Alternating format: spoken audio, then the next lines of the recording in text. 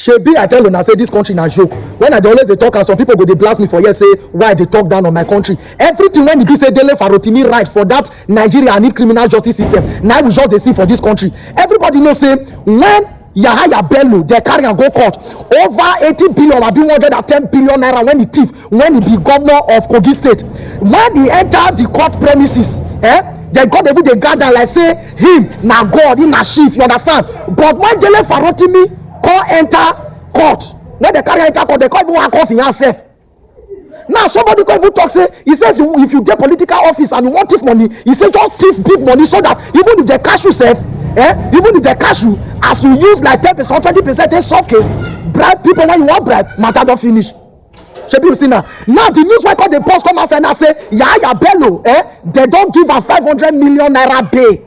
You see the system, justice system of Nigeria, person wey thief 80 billion una give am bail of 500 million naira. Why people, how people go take fear to continue stealing for Nigeria? How people want take fear? People go just okay, if you get the opportunity, just they begin to thief. As you thief like this, once they catch you, you bribe your way out. Where Okowa now? Okowa dey house, got they play table tennis every day now, na tennis or tennis back to back. Now they play for that, they enjoy. Now the common man now they suffer for this country, Nigeria. You understand? How we should not be like that? Still law. Now be the video when I go watch you. The law when it be say it day on ground, the constitution of Vietnam, that country where they call Vietnam. So the constitution talks say anybody where involved in corruption, they can't reprove and say the person really thief money. Death penalty now the person they get. And this woman when it be say they show for my screen, yes, so this woman so April this month I first do the video when they first carry and go court. But the video when you want watch now the recent video after they just come from court. Now see wetin court talk concerning this woman. $12 billion now this woman thief. Now the penalty na kpain will not be even jail, not be lifetime imprisonment. Kpain. If they put this law for ground for this country go better. It is well even in the way. So Lord Baba God when they heaven is aware, all is well. I remember now the person when the say always they bring on a back-to-back update. Peace. In Vietnam has upheld a death sentence for a real estate tycoon, Truong My Lan, after rejecting her appeal against a conviction for embezzlement and bribery.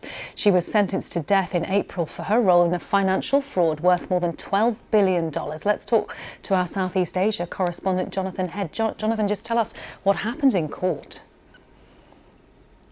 I think no one's too surprised by this. I mean, Truong My Lan and her lawyers had pleaded for leniency and humane treatment. The charge of embezzlement, which carries the death penalty, has only applied to people in the private sector in Vietnam since 2017. And her lawyers say a lot of the things that she's accused of doing happened before that time. But Vietnam is still in the middle of a very long, 8-year-long now, campaign against corruption called Burning Furnaces. The Communist Party has led it because of their fear that the pervasive corruption in the country was hammering its legitimacy. We've seen so many people brought to court, gone to jail, many senior officials, even right to the very top of the party, being disciplined or losing their jobs.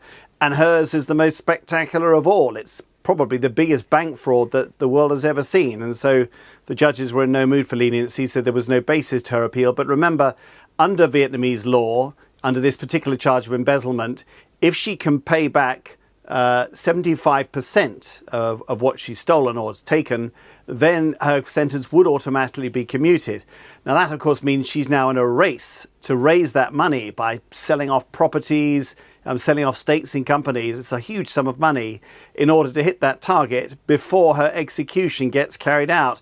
But executions are very tardy in Vietnam. People typically wait many, many years on death row, so it's likely she has enough time to do that. And Jonathan, how much is there the feeling that a case like hers is being made an example of by the authorities in their fight against corruption? Oh, I don't think there's any doubt about that, and I think the authorities want it to be seen that way. It is a bit of a shock to the system, even in a country where there have been a lot of scandals, lots of companies being hammered by corruption. This one really stood out. I mean, Truong My Lan essentially turned the country's fifth biggest lender into her own personal piggy bank. You're not supposed under Vietnamese law to be able to control more than 5% of a bank, but she managed to do it.